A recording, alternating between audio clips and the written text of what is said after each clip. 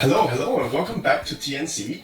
Today we're kickstarting the budgeting series, which I envision to be a recurring component in the personal finance track of this channel, where I break down my monthly budget and spending for your entertainment purposes, and maybe in some small part education, if any at all, on what to do and mainly what not to do. So I thought it would be fun to bring some levity to such trying times. So the next 10 minutes is really more like either comedy as you laugh and judge at my spending compulsions, or some form of self-help and therapy as you tell yourself while watching my video, hey, at least you know what, I'm not doing so good, but hey, I'm doing better than this guy. This guy clearly has issues. I aim to please the crowd. So before we continue, be sure to give this video a thumbs up and hit the subscribe button.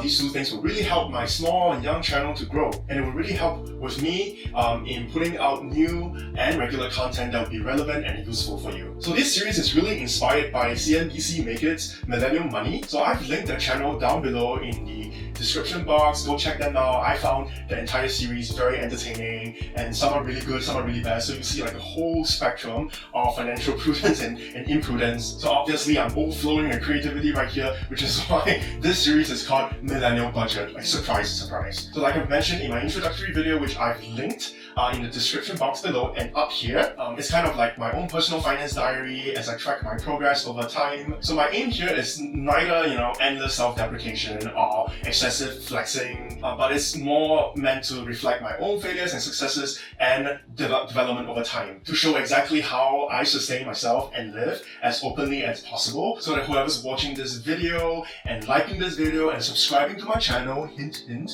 can draw some inspiration or lesson or even warning from the practices that I share. Okay, let's get right into it. So in the month of March 2020, I made a total of $7,931.63. This amount is also inclusive of CPF, which is the Central Provident Fund.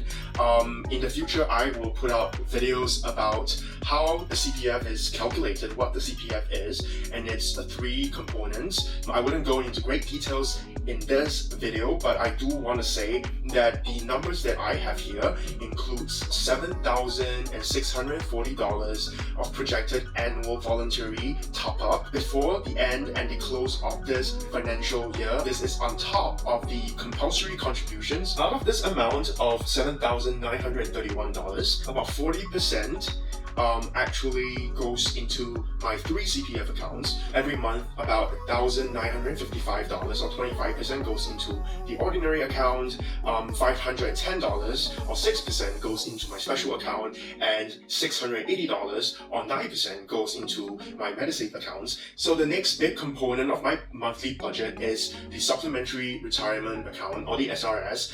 This is a voluntary contribution. In a future video on CPF and taxation, I will go into greater details about what the SRS is and how to start one and why should you start one. I will devote 16% of my overall budget contributing to the Supplementary Retirement Scheme. Next, I have investments every month.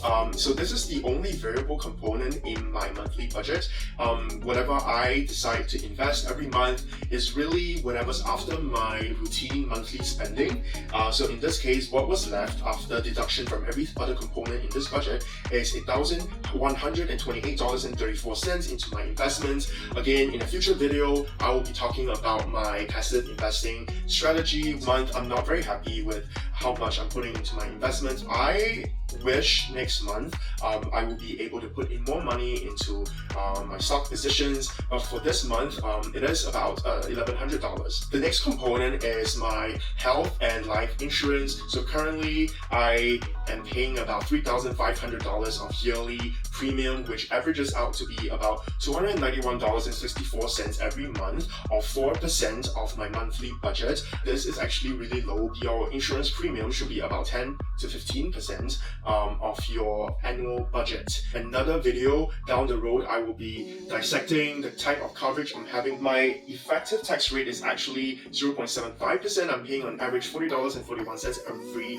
month. I think Singapore has one of the lowest effective personal income tax rate, so I really shouldn't be complaining. And then finally, the big item on this list is my spending component. I spent a glorious, stupendous, a marvelous, tragic $2,051.21 in the whole of March. I am honestly quite unhappy about it. I think I definitely could do much better. I usually average about $1,600 a month, which I think is already quite high.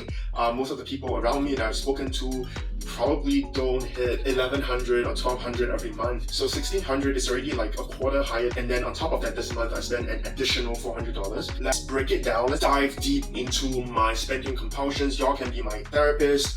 Wow, so basically a whopping 49% of my spending in March went to food and food related costs. $1,008.76. Wow, that's insane. Usually I do spend the most on food. Food is very often always the single most significant component of my spending. But wow, like actually looking at this number, you have to understand, like right now I'm just pretending to be shocked because I guess what I actually did the compilation of the data on my own, so I knew these numbers already, but I'm just trying to reenact like how shocked I was at the end of the month when I saw these numbers. The second highest category here is shopping, $672.30. Then the next natural follow-up question you're gonna ask me is, what the hell did I spend on? Because I clearly have issues. Now, I do have to say that this is pretty anomalous. I usually don't spend on shopping, but this month I did a couple of like big ticket purchases. Shoes, for example. Out of the $672, I actually spent like $470 on shoes and clothes. I usually don't spend that amount every month. In fact, I think it is probably like once every quarter. That the rest of the $200 odd buying a 3-year subscription of a VPN, and then the next follow-up question will be, why the hell do I need a VPN? The answer to that is VPN is every man's best friend. Do not question what a man does with his VPN. Then the other thing that I bought, camera and recording equipment for this channel. So I do consider that as a business expense, an excuse of some sort. Transportation, $154. This is including public transportation and taxis. So I think that's pretty fair actually. Like usually I would range about $200 to $250 a month on those things. The MRT alone is about $120 a month for me, and I do cap here and there sometimes. Out of all the spending categories in this month, like transportation is the only thing that I'm pretty comfortable with. And then there's things like fitness, which is my gym subscription, is about $35 a month. Entertainment, $126. Ooh, what did I spend on? Oh yeah, I bought the seasonal pass, like a 6-month pass to Universal Studios Singapore because it was on sale. It was like a $98 kind of thing. And then I think I went to Gardens by the Bay one weekend where they had Sakura stuff. And then of course bills, iTunes, Spotify, telco. Wow, so if you look at the metrics here, I spent a total of $301.52 on lunch and $304.68 on dinner. On average, each day I spend about $10 there and about on both lunch and dinner, which I think is a little bit high. I think for dinner it's still okay because that does comprise of days when I go out with friends, but lunch I do think I'm splurging a little bit too much. But honestly for me, like food is like therapy, you know, like